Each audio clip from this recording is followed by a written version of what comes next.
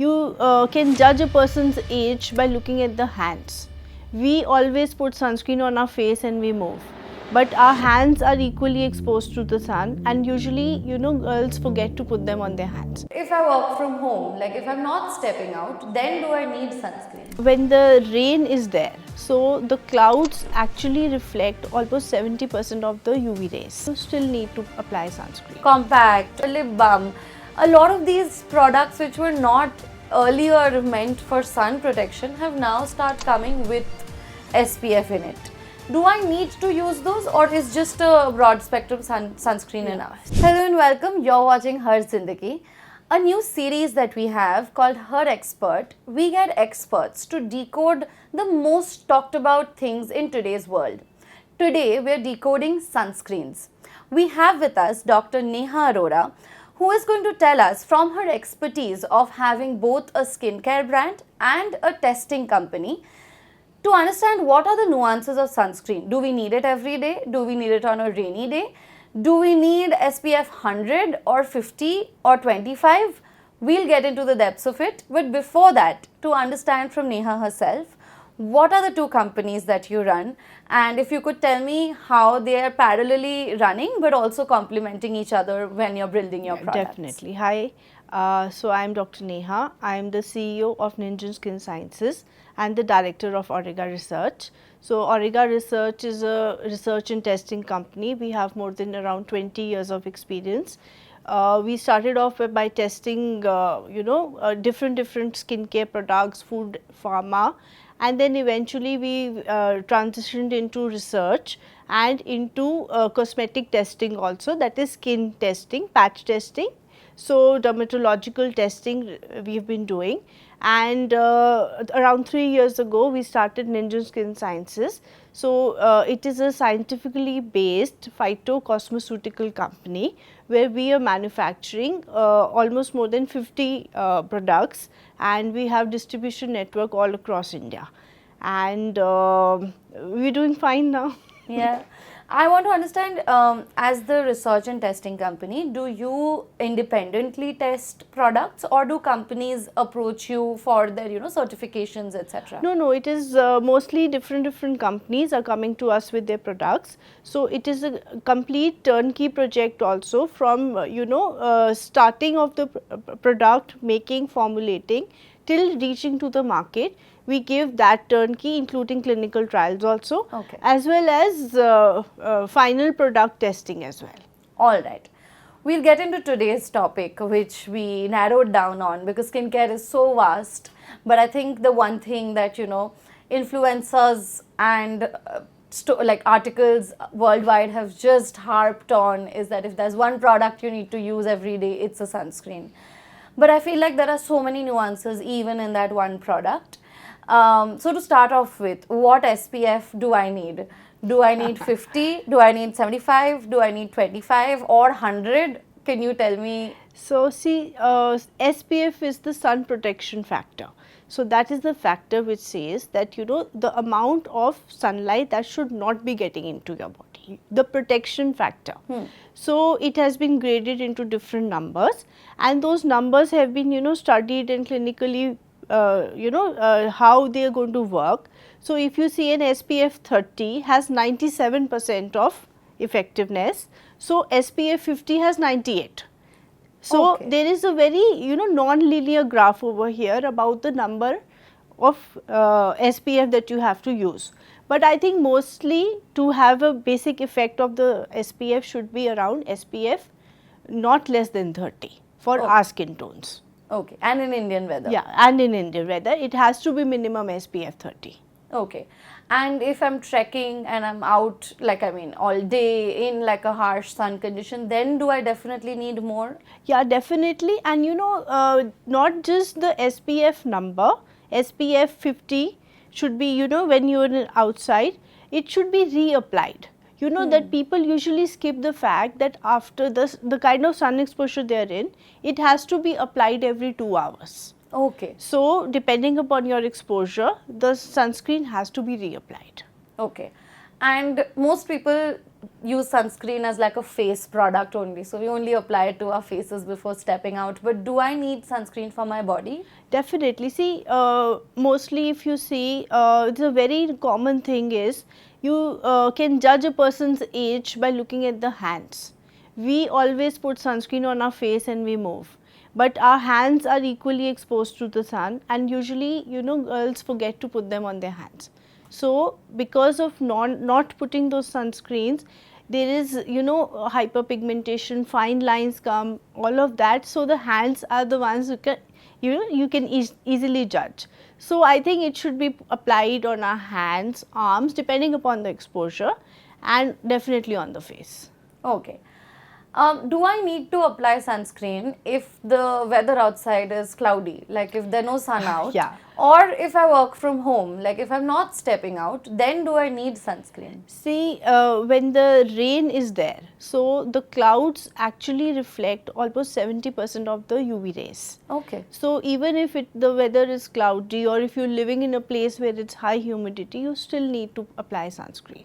And as far as indoor and work from home, so we have windows, we have you know, glass doors, and also the lights and the screens that we have, they emit some blue lights. So even for your screen time and watching your phones and reels, you still need the sun protection. Sunscreen. Definitely. Okay. And nowadays sunscreen has become like a product which has multiple other, like it's packaged in such a way and sold in such a way that it has many other benefits, or so they claim. So sunscreen have niacinamide, sunscreen come with hyaluronic acid, different kind of active elements, other active elements which are not just what the sun protection bit is, right? Are those as effective, and are they needed, or should you have separate products for separate No, purposes? I feel, see, it will vary what the other product is. So with your SPF, if they are putting hyaluronic acid, so it is going to hydrate your skin better, so that's a good product. But if they're going to put retinol in it, that retinol can cause skin allergies, irritations, and the absorption of sun may increase using retinol with the sunscreen. So it totally varies from what product are you using and what kind of an ingredient it has added. All right, okay. There are also two kinds of sunscreen that are most prevalent from my research, that are mineral and chemical sunscreens. So if you can tell us what are the differences between these two and which is more effective?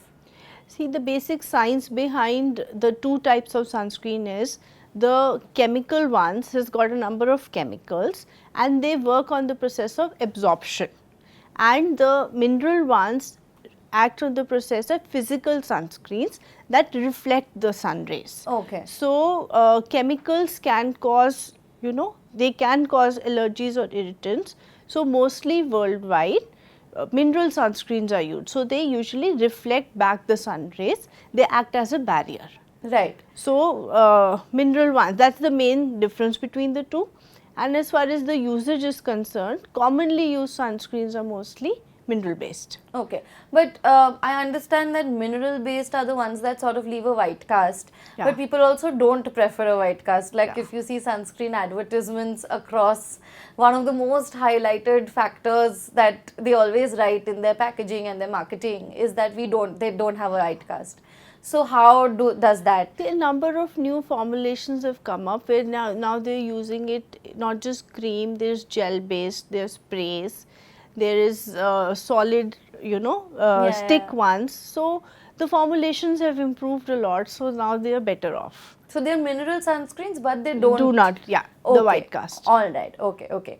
Another concern that is very prevalent, especially among the urban youth, is vitamin D deficiency. People are having tablets, people are taking shots, people are taking a lot of other measures to sort of get their vitamin D levels up. But I want to understand that sun absorption is one of the biggest ways of improving vitamin D levels in our body. Does applying sunscreen reduce that absorption, and is it in any way leading to this mass scale deficiency? No, definitely not. There is no proven research showing that applying of vitamin C leads to reduction in vitamin D levels. You mean applying of sunscreen? You said Yeah. vitamin C. vitamin D. So basically, there is absolutely no research that can, say that vitamin D deficiency is caused by using of sunscreen. Okay. So sunscreen application, there should be exposure to the sun even once or twice a week for 10 to 15 minutes is good enough for the body's vitamin D. Secondly, taking supplements and food rich in vitamin D can also add on to it. So I don't think the SPF or sunscreen is the only cause that people are having vitamin D deficiency. Right. Another thing I want to understand, we all are applying sunscreen because it is the most popular skincare product. But are there any ingredients that we need to be wary of when we are purchasing sunscreens? Are there ingredients in commonly used sunscreens which are harmful? Yeah, so basically if you look at the chemical sunscreens, so they have a number of chemicals that can cause skin irritation, they can cause skin imbalances. Then second should be fragrances.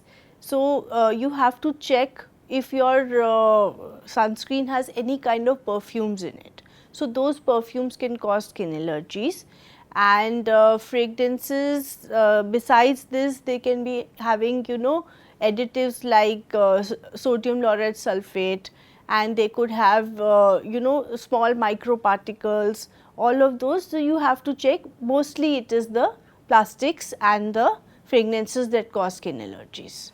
Are there any specific things that we should look out for in the ingredient list that you can maybe name? I would say first it should be the mineral based. Then you have to see the is it a light base or creamy.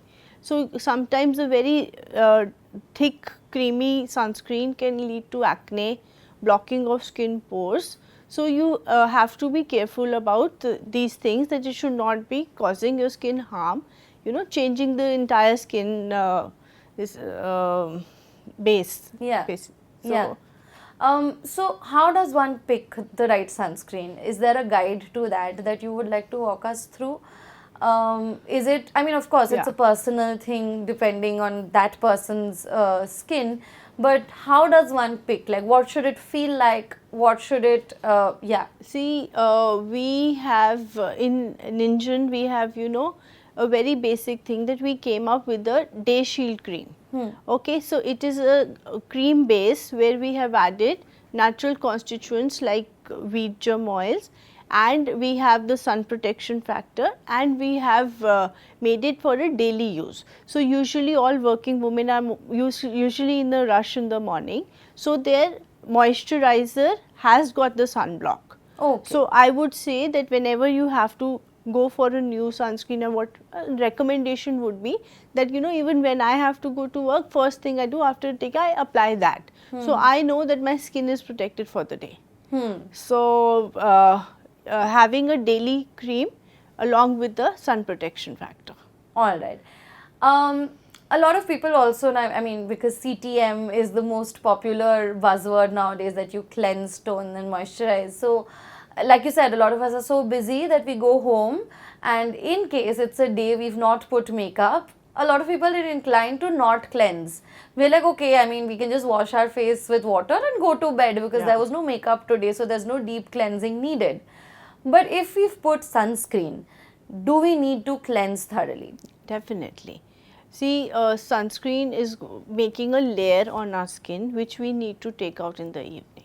And howsoever busy we may be, I think we should all be cleansing our face, moisturizing it, putting a nice night cream, because all of this eventually will lead to having wrinkles, fine lines, and it is very important to have a small ritual every night to cleanse your face.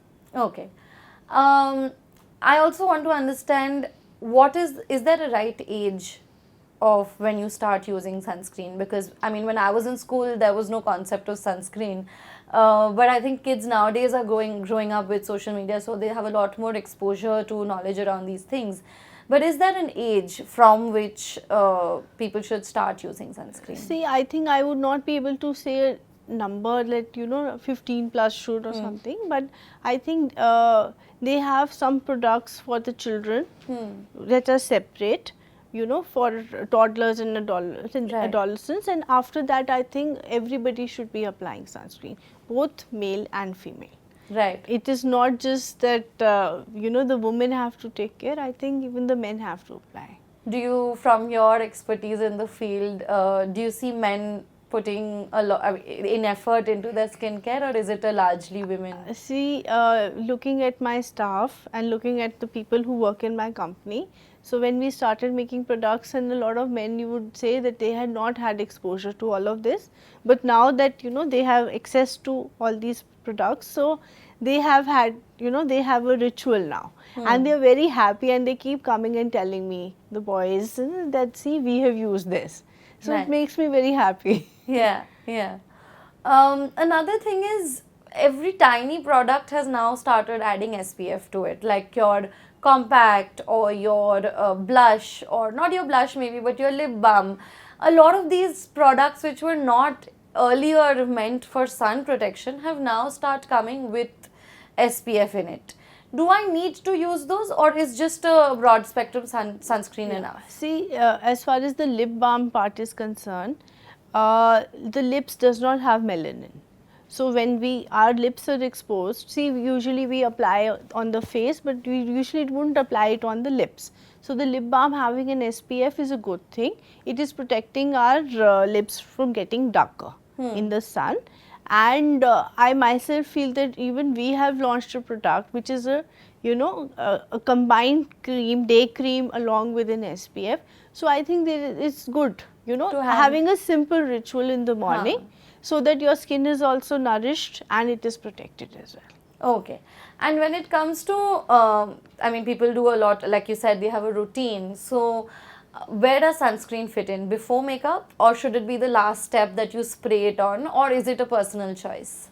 It actually varies also. So usually it is before makeup, and then you apply, because after makeup it would, and then the spraying part is the part where when you're 2 or 3 hours per day of it, then the spray part would come.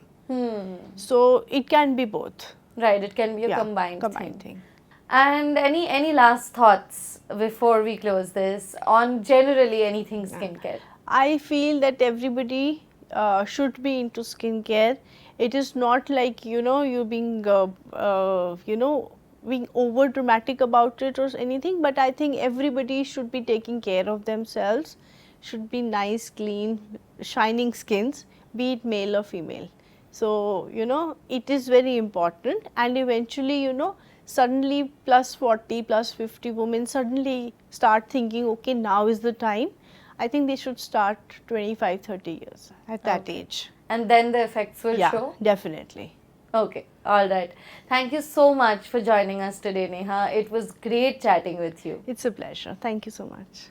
Thank you for watching Har Zindagi. If you liked this video, don't forget to like, share and comment.